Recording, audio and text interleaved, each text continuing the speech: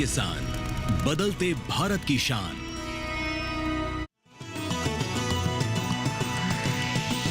DD किसान, बदलते भारत की शान।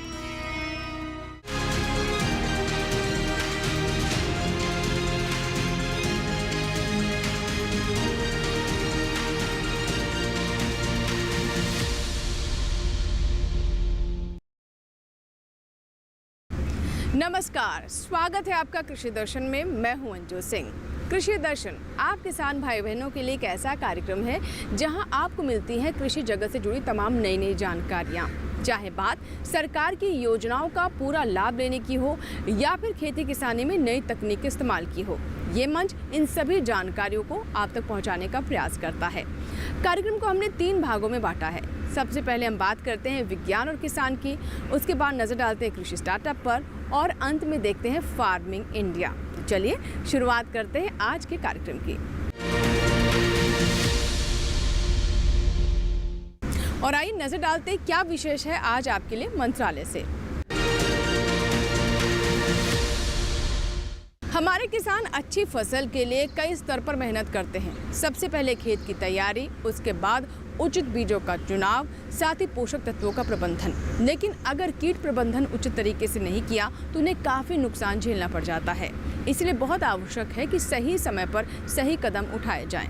आइए अब आपको लेकर चलते हैं कृषि मंत्रालय में डीडी किसान के स्टूडियो और जानते हैं कि इस मौसम में उगाई जाने वाली अलग अलग फसलों में किस तरह से किया जाए कीट प्रबंधन। जैसे कि आप जानते हैं कि अभी ये खरीफ सीज़न चल रहा है और खरीफ सीज़न में विभिन्न प्रकार की फसलें उगाई जाती हैं। जब हम फसल उगाते हैं तो कीट और बीमारी भी आएंगी। तो अभी हमने देखा है कि एक कीट है जिसको हम वाइट ग्रब बोलते हैं, इसका प्रकोप अभी कुछ एरिया में देखा गया है। वाइट ग्रब जो है ये कोलेप्टेरा ऑर्डर का कीट है, स्कैरिबिडी फैमिली को बिलोंग करता है। इस कीट की 4 अवस्थाएँ होती हैं: अंडावस्था, लार्वावस्था, प्यूपावस्था और वयस्क अवस्था। इसकी जो अंडावस्था है वो 7 to 10 डेज तक रहती है। इस कीट को देश के विभिन्न भागों में विभिन्न नाम से पुकारा जाता है। जैसे कहीं इसको गुबरैला कहते हैं, कहीं इसको कुरमुला कहते हैं और कहीं इसको सफ़ेद लट्ठ कहते हैं। ये कीट का जो लार्वा है वो क्या करता है कि जो हमारे पौधे होते हैं, टेंडर प्लांट्स जो होते हैं, उनकी जड़ों को काट देता है। और लार्वा जब जड़ ही को काट देगा तो पेड़ ही ख़त्म हो जाता है। उसके बाद ये प्यूपेशन अवस्था में जाता है। प्यूपेशन अवस्था में रहने के बाद इसमें मोल्टिंग होती है। मोल्टिंग के बाद ये वयस्क बनता है। और इसका जो वयस्क है वो भी जितने भी पेड़ हैं उसकी पत्तियों को बिल्कुल खाली कर देता है, उनको छलनी कर देता है। तो अगर देखा जाए तो इस कीट की लार्वावस्था और वयस्क अवस्था दोनों ही बहुत नुकसान करती हैं। इसका जो लार्वा है, आप इसको कैसे आइडेंटिफाई कर सकते हैं? इसका लार्वा सफ़ेद रंग का होता है और सी के आकार का होता है। अंग्रेजी का जो अल्फ़ाबेट है सी, उसके आकार का ये लार्वा होता है। और इसका जो प्रकोप है इस कीट का, वो जैसे मूंग है, मूंग दाल है, इसके पौधों में भी देखा गया। उसके अलावा ये नीम है और ज्वार, बाजरा, मैंगो, इन सभी प्लांट को ये अटैक करता है। इसके नियंत्रण के लिए अगर हम आईपीएम की कुछ तकनीक अपनाएंगे तो हमें कुछ हद तक इस कीट के नियंत्रण में सफलता मिलेगी। हमें स्टार्टिंग से ही इस कीट के नियंत्रण के लिए ध्यान रखना चाहिए। देखिए, सबसे पहले तो जो कीट और रोग प्रतिरोधी प्रजातियां अवश्य लगाएं। दूसरा है, क्योंकि जो ये कीट है ये लूज सॉइल में अंडे देना पसंद करता है, तो वो इसके लिए फेवरेबल कंडीशन है। तो अगर आपको और इसके बाद जो इसका लार्वा है, लार्वा जो भी हमारी मैन्योर होती है, खाद होती है, कच्ची खाद है, उसको भी, उस पर भी खाता है। तो कभी भी खेत में जब भी आप डालें तो कच्ची खाद को ना डालें। उसके अलावा जो आपकी मेन क्रॉप है, जो सपोज़ आपने मूंग लगाई है, तो उसकी इंटरक्रॉपिंग करिए अदर होस्ट प्लांट के साथ, जिससे कि आपका जो कीट है वो आपकी मेन क्रॉप को नहीं नुकसान करेगा। अच्छा, जो इसकी वयस्क अवस्था है वो भी बहुत नुकसान करती है और इसकी बहुत सारी ओवरलैपिंग जनरेशन पाई जाती हैं। जैसे एक जनरेशन ख़त्म होगी, फिर उसके बाद दूसरी आ जाएगी, और ये डीप सॉइल में, क्योंकि ये जो प्यूपा इसका नीचे ज़मीन के अंदर रहता है, तो इसके लिए आप क्या कर सकते हैं, खेत की प्लविंग करिए, मतलब जुताई करिए। तो क्या होगा, जितने भी इसके प्यूपा हैं वो एक्सपोज होंगे, तो जितनी भी हमारी चिड़ियाँ हैं, हमारे जो नेचुरल एनिमी है, बर्ड हैं, ये इसको खा देंगे। इसके अलावा अगर लार्वा आपको दिख रहा है फील्ड में, तो उनको कलेक्ट करके उनको डिस्ट्रॉय भी कर दीजिए। और सबसे अच्छा नियंत्रण, अगर आप इसके वयस्क को कंट्रोल कर लें तो आगे की जनरेशन आपकी बढ़ेगी ही नहीं। इसके लिए आप क्या कर सकते हैं, क्योंकि ये कीट जो है लाइट की ओर को अट्रैक्ट होता है, तो इसके लिए हम लाइट ट्रैप का प्रयोग करते हैं। आप लाइट ट्रैप को लगा दीजिए, और शाम को 7:30 से 8:30 बजे के बीच में ये कीट बहुत एक्टिव रहता है। ये कीट क्या करेगा, ये लाइट की ओर को अट्रैक्ट होगा, और जब ये लाइट की ओर को जाएगा तो ये उस पर हिट करेगा, उस पर मारेगा। उसके बाद नीचे लाइट ट्रैप में क्योंकि पानी भरा रहता है, तो ये उसमें गिर जाएगा। उस पानी में आप केरोसिन ऑयल डाल दीजिए। इसके अलावा अगर आपके पास लाइट ट्रैप नहीं है तो आप एक लो कॉस्ट टेक्नोलॉजी भी प्रयोग कर सकते हैं। आप बल्ब अपने घर के बाहर जलाइए, जहाँ भी खेत में है आपको लगता है कि वहाँ पर इसका अटैक है, तो वहाँ पर आप बल्ब जलाइए, और उसमें नीचे से आप एक पानी की बाल्टी रख दीजिए। उस बाल्टी में आप केरोसिन ऑयल डाल दीजिए। आप मॉर्निंग में देखिए कि कीट, बहुत सारे कीट उसमें आपको दिखेंगे, इसके वयस्क, उन वयस्क को आप दूसरे दिन आप कलेक्ट करके गड्ढे में डाल दीजिए। अगर वयस्क ही मर जाएगा तो आगे की जनरेशन नहीं होगी। तो ये जो IPM की तकनीक है, आप इनको अपनाइए, तो इससे आपको इस कीट के नियंत्रण में सफलता मिलेगी। पशुपालन अवसंरचना विकास निधि, animal husbandry infrastructure development fund, जिसको हम सभी AHIDF के नाम से जानते हैं, भारत सरकार द्वारा चलाई गई है योजना। कैबिनेट द्वारा इसकी स्वीकृति सन 2020-21 में कोविड दौरान हुई थी। यह योजना इसलिए खास है क्योंकि हमारे माननीय प्रधानमंत्री जी द्वारा चलाया गया आत्मनिर्भर अभियान पैकेज के अंतर्गत इस योजना की पहल की गई थी, जिसमें कोविड के समय पे किसानों, entrepreneurs, private companies, individuals, FPOs, section 8 companies और MSMEs को किस तरीके से सरकार द्वारा आर्थिक सहायता देके पशुपालन क्षेत्र को हम आगे बढ़ा सकते हैं। तो क्वालिटी इंफ्रास्ट्रक्चर के लिए स्कीम का गठन हुआ, animal husbandry infrastructure development fund का। भारत सरकार द्वारा अब इस योजना के अंतर्गत कौन कौन पात्र हैं इस योजना का फ़ायदा उठाने के लिए, तो सबसे पहले individual, private companies, section 8 companies, MSMEs और FPOs और अभी कोऑपरेटिव्स भी इस योजना का फ़ायदा उठा सकते हैं। इसमें हमें 3% इंटरेस्ट सबवेंशन, जो कि भारत सरकार द्वारा 8 साल तक जो इसका बेनिफिशरी होगा उसको दिया जाएगा। 25% तक की क्रेडिट गारंटी दी जाएगी और 90% तक का बैंक लोन आप ले सकते हैं, जिसका दर जो है EBLR + 200 बेसिस पॉइंट्स पे सेट किया गया है, जो कि MSMEs के लिए है। इन्हीं सबको ध्यान में रखते हुए इस योजना को पूर्ण रूप से ऑनलाइन माध्यम से चलाया गया, यानी कि किसी भी किस्म के सरकारी दस्तावेज़ों में आपको नहीं पढ़ना है, किसी कार्यालयों के चक्कर नहीं काटने हैं। स्कीम की सारी जानकारियाँ, चाहे वो गाइडलाइंस हो, चाहे वो डॉक्यूमेंट के फॉर्मेट्स हो, चाहे वो मॉडल DPRs हो, या कौन से बैंक से आपको लोन लेना है उसकी लिस्ट हो, वो सारे ही इंपॉर्टेंट डॉक्यूमेंट्स इस वेबसाइट पे हैं। इस पोर्टल को हम भारत सरकार द्वारा बनाया गया, जिसका है HIDF.udyamimitra.in SIDBI द्वारा चलाया गया यह पोर्टल, जिसमें आप ऑनलाइन अप्लाई कर सकते हैं। अप्लाई करने के लिए आपको कुछ ज़रूरी कागजात की ज़रूरत पड़ेगी, जैसे कि सबसे पहले है प्रोजेक्ट रिपोर्ट।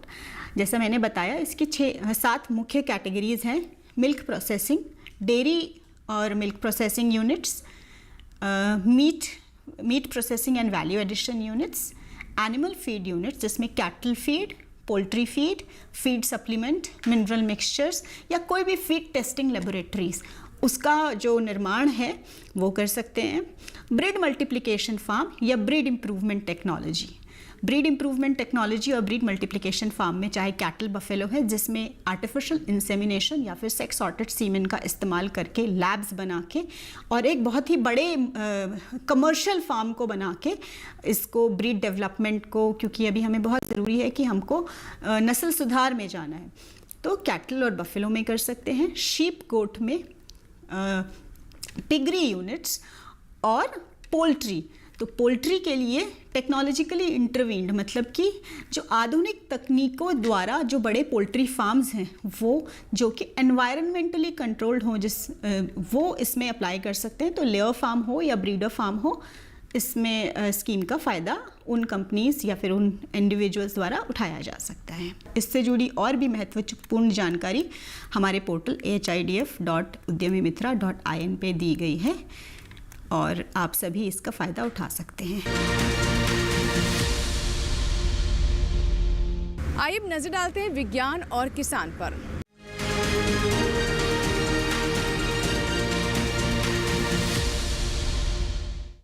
फसल कैसी होगी इस बात पर भी निर्भर करता है कि पोषक तत्वों का प्रबंधन किस प्रकार किया गया है। आज इसी कड़ी में हम आपको बताने वाले हैं वर्मी कंपोस्ट, जिसे हम केंचुआ खाद के नाम से जानते हैं। वर्मी कंपोस्ट पोषक तत्वों से भरपूर होती है और ये पूरी तरीके से जैविक है। कैसे हमारे किसान इसका लाभ ले सकते हैं, और कुछ किसान ऐसे भी हैं जो कि वर्मी कंपोस्ट बनाकर भी बाजार में बेचते हैं। कैसे बनाई जाती है वर्मी कंपोस्ट और इसके क्या लाभ हैं, आइए जानते हैं।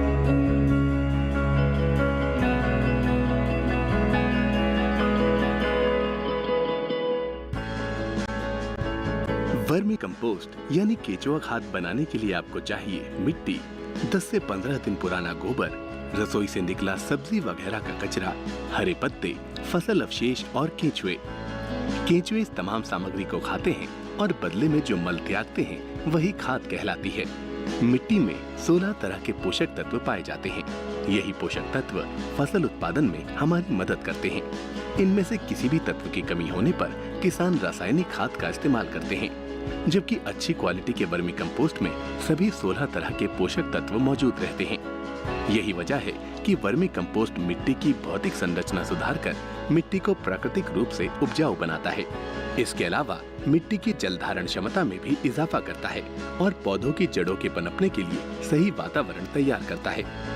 किसान अगर जैविक खाद और रासायनिक उर्वरकों का सही अनुपात में इस्तेमाल करेंगे तो ज्यादा मुनाफा कमा सकेंगे। वर्मी कंपोस्ट गड्ढों में तैयार किया जाता है।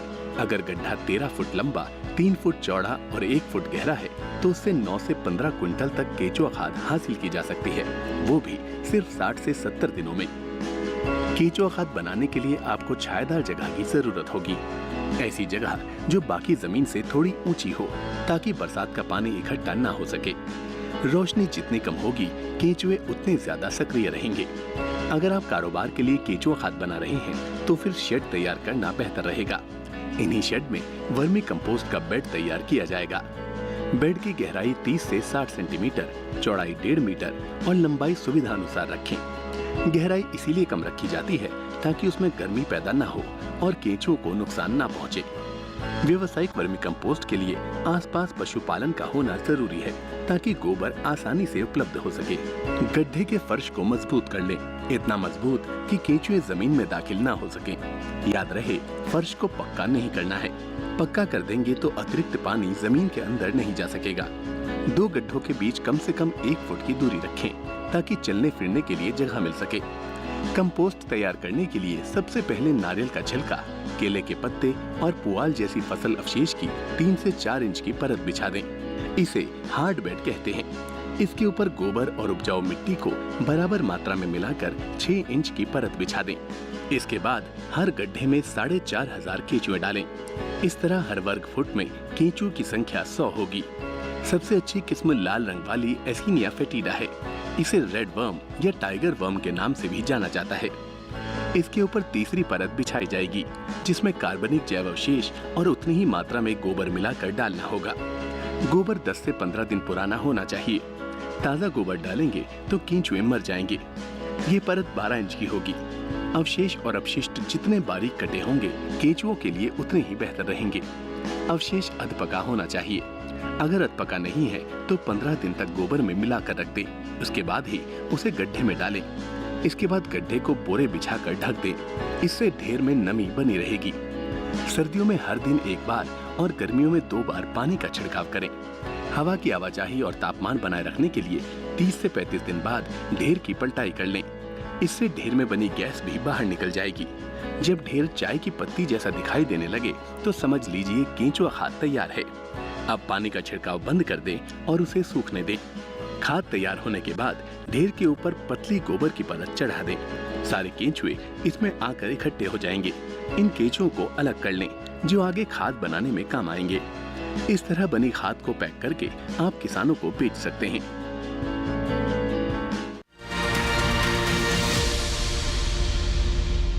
कृषि दर्शन में यहाँ लेंगे एक छोटा सा ब्रेक, लेकिन ब्रेक के बाद जब वापस आएंगे तो बात करेंगे कृषि स्टार्टअप की। कहीं मत जाइएगा, देखते रहें कृषि दर्शन।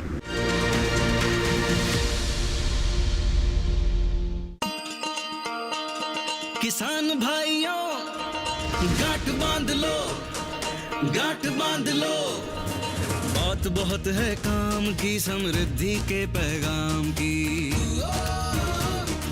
मिट्टी के मिजाज को समझो, मिट्टी के हर राज को समझो, मिट्टी की तुम जांच कराओ, मुफ्त सॉइल हेल्थ कार्ड ले जाओ। कभी मुनासिब बीज लगाओ, सही किस्म की खाद ले आओ, जितनी जरूरी उतनी डालो, सही मात्रा खुद पहचानो, इसको अपना मंत्र बना लो, मिट्टी की सेहत तो जानो। बात बहुत है काम की, कम लागत अधिक वरदान की। किसान भाइयों गांठ बांध लो, आज ही मिट्टी की जांच कराएं। राज्य सरकार के कृषि अधिकारी से संपर्क करें और मुफ्त में सॉइल हेल्थ कार्ड पाएं। कृषि और किसान कल्याण मंत्रालय द्वारा किसान हित में जारी।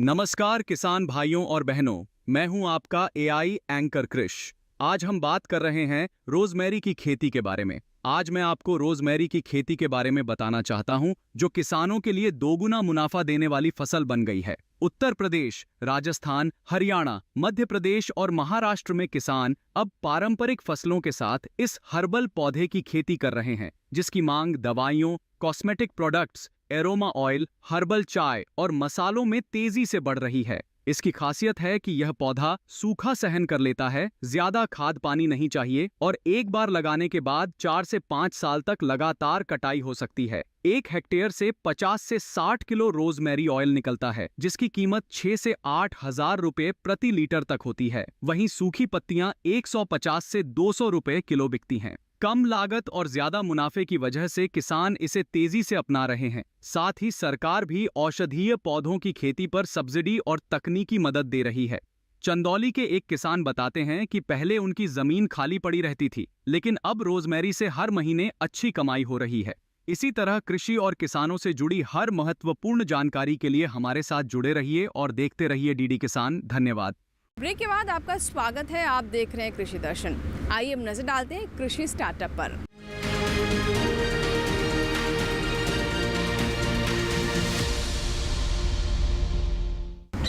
कृषि के क्षेत्र को अगर आगे बढ़ाना है तो नई तकनीक के साथ आगे चलना होगा। देश के कोने कोने से ऐसी प्रतिभाओं को हम चुनकर लाते हैं ताकि आप उनके जीवन से कुछ सीख सकें और इसके अलावा उनका भी आत्मविश्वास बढ़े। आइए जानते हैं कृषि स्टार्टअप में आज किस किसान की कहानी हम आप तक पहुंचा रहे हैं।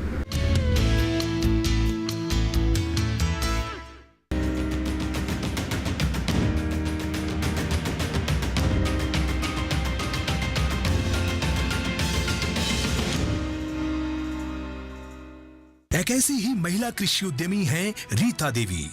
झारखंड के रामगढ़ जिले के गोला प्रखंड का एक छोटा सा गांव है डुंडीगाछी, जहां की रहने वाली है रीता, जो आत्मविश्वास से भी लबरेज हैं, जिन्होंने अपने जीवन में कभी हारना नहीं सीखा।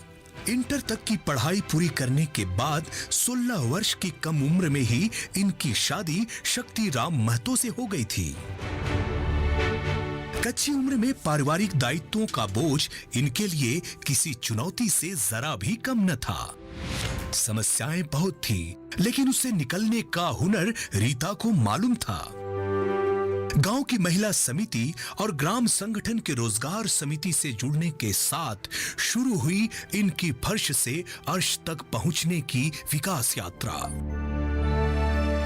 रीता ने राज्य सहित बाहर के राज्यों में प्रशिक्षण प्राप्त कर गांव की अन्य महिलाओं को भी खेती के नए तौर तरीकों से अवगत कराया। इन्होंने खेती के साथ साथ पशुपालन को भी बढ़ावा दिया। गाय बैल के अलावे इनके पास आज 6 बकरियां हैं। एक सफल किसान के साथ साथ रीता देवी सामाजिक और आर्थिक परिवर्तन की संवाहिका भी बन गई हैं।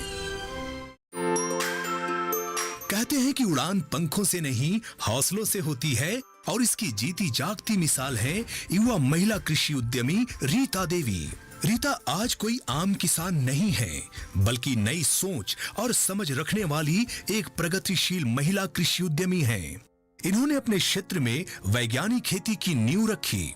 आरंभ में रीता को गांव वालों के ताने भी सहने पड़े, लेकिन इन्हें इनके इरादों से कोई विचलित न कर पाया। रीता देवी के पास कुल 50 डिसमिल जमीन है, जिस पर कई तरह की फसल तो उगाती ही हैं, लेकिन इस क्षेत्र में पहली बार फूलों की खेती और बीज उत्पादन का काम रीता देवी ने शुरू किया।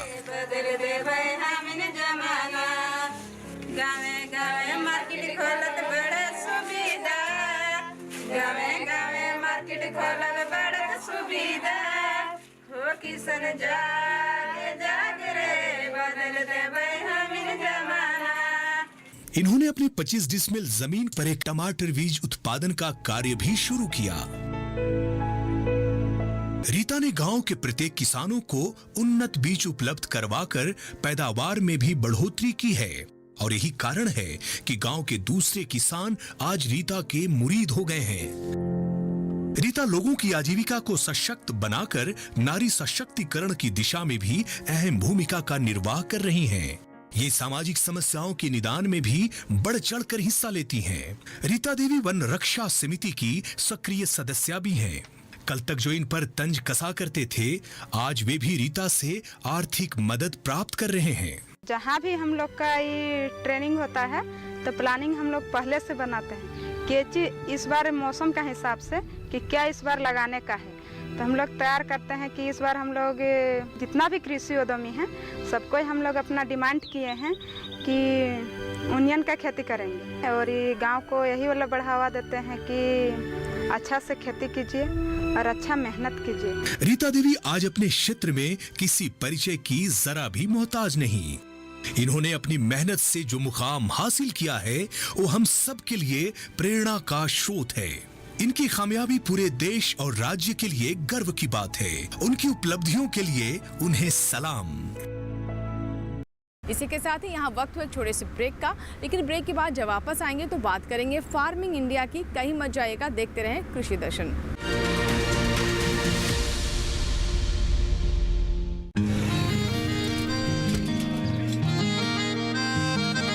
क्या बात है भाई, आजकल तो काफी खुश नजर आ रहे हो। क्यों ना हो, अब मैं ऑर्गेनिक खेती जो कर रहा हूँ ये पूरा प्राकृतिक है, ऑर्गेनिक है। इसमें हमारे खेत, हमारी फसल और हमारी जेब सब फायदे में होते हैं, और इसमें लागत भी कम है। जी हाँ, आप भी ऑर्गेनिक खाद का प्रयोग करें, अपनी फसल और मिट्टी को तंदुरुस्त बनाएं और आपकी आमदनी में इजाफा करें। अधिक जानकारी के लिए किसान call centre toll free number 1800-180-1551 पर कॉल करें और लॉग ऑन करें kisan.gov.in और farmer.gov.in। कृषि और किसान कल्याण मंत्रालय द्वारा किसान हित में जारी।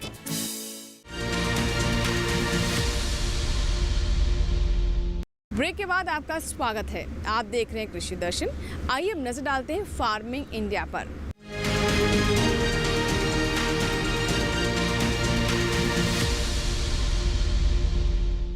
फार्मिंग इंडिया में आज हम आपको जानकारी देंगे किसान क्रेडिट कार्ड के बारे में, जो कि हमारे किसानों के लिए किसी सच्चे दोस्त से कम नहीं है।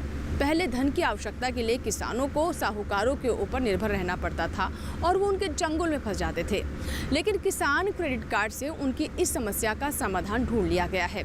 आइए जानते हैं कि कैसे हमारे किसानों को किसान क्रेडिट कार्ड से मदद मिलती है।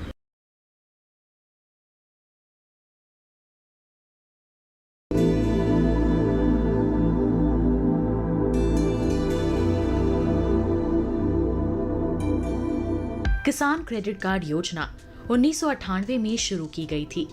इसका उद्देश्य किसानों को कृषि गतिविधियों के लिए बिना किसी बाधा के समय पर ऋण उपलब्ध कराना था।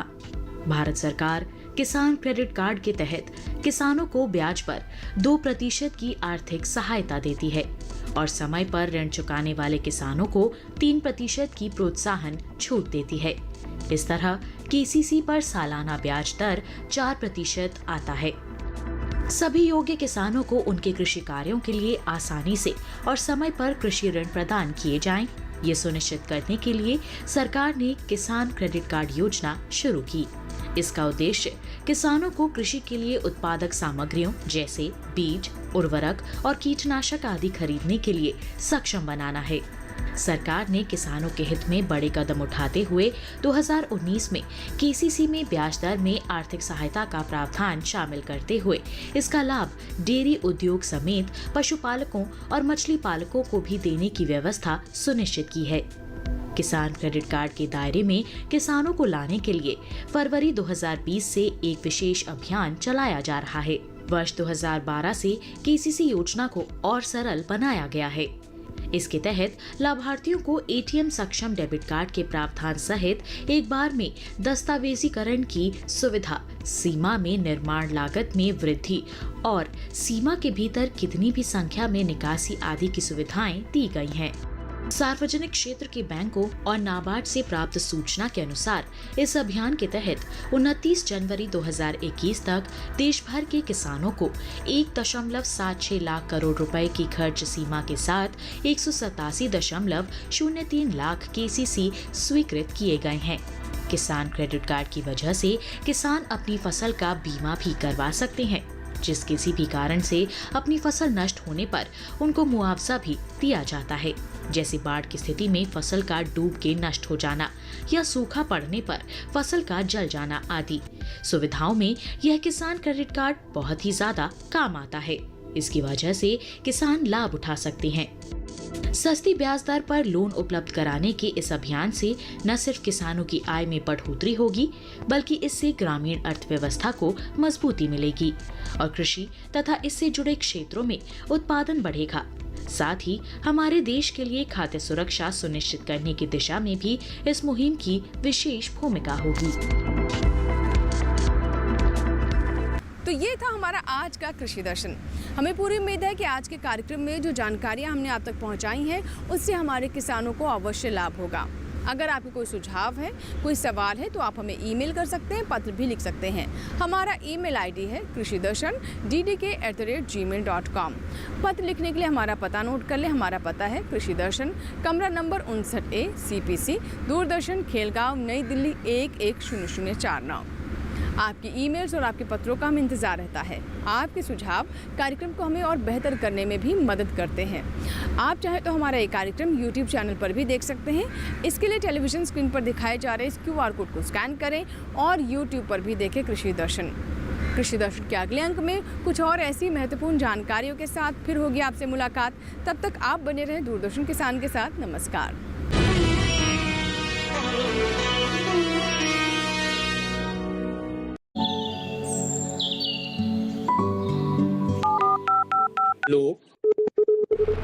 कार्यक्रम के पहले कॉलर जुड़ के हम इस बीच हमारे पास कुछ ईमेल्स भी आए। सवाल पूछिए अपना। में जो मकान पैदा करेंगे इनमें कौन सी सावधानी बरतनी? गर्म इलाकों के लिए आप HRM 99 इनसे आप कुछ फल ले सकते हैं। जैस्मीन के पेड़ पे जैस्मीन उसको पूरी खुली धूप चाहिए। फसल में कीट लगा हो या कोई बीमारी, पशुपालन में हो कोई दिक्कत या चाहिए कोई जानकारी, फोन उठाइए, नंबर मिलाइए और कहें हेलो किसान। सोमवार, बुधवार और शुक्रवार शाम 6 से 7 बजे सिर्फ DD किसान पर।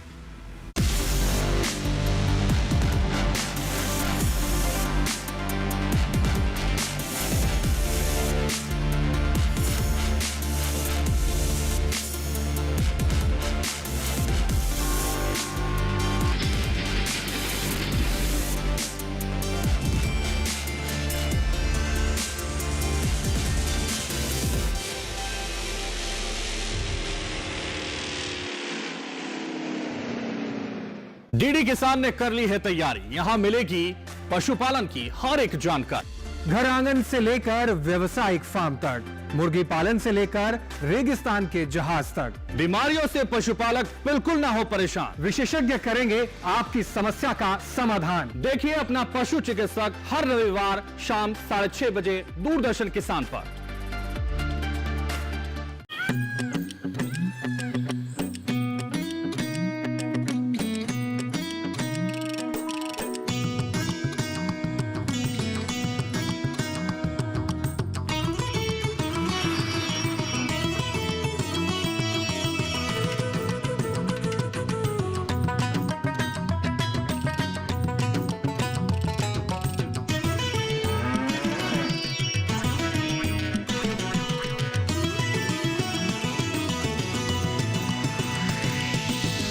डीडी किसान, बदलते भारत की शान।